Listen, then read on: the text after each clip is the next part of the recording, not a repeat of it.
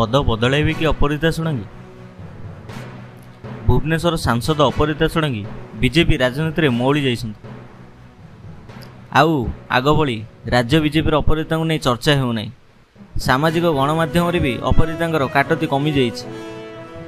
विरोधी रे थिबा बेले अपरिजिता प्रतिदिन राज्य सरकार को टार्गेट करुथिले। मुख्यमंत्री हेबार आशा नहीं राज्य राज्य बुलुथिले। तेबे तुंड आ पार्टी भी बंद हो जाइछि। दिन थिला आम मुख्यमंत्री अपरिजिता बोली समर्थक माने कैंपेन करुथिले।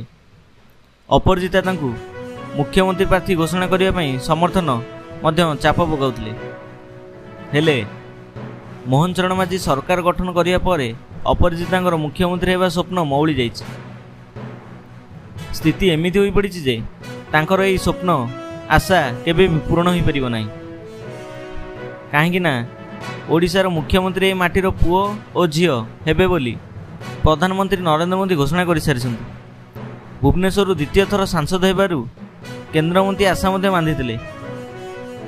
किंतु एथर 20 सांसद जाइथिबा बेले अनेक वरिष्ठ नेता भी अछन्ति।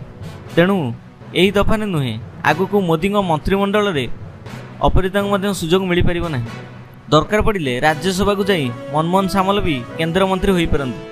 एकता भल भावे हृदयंगम करबा परे अपरिजिता तांकर राजनीति बदली देइछन्ति।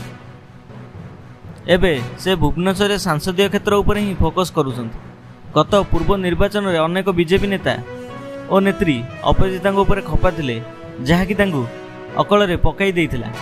गत निर्वाचन रे अपरिजिता षडंगी 35,000 भोट रे जीतिथिले। तेणु आगामी दिन में भुवनेश्वर स्थिति मजबूत करने 2029 पर्यंत अपरिजिता राजनीति को दृढ़ करने को नहीं देखा मिलिबो।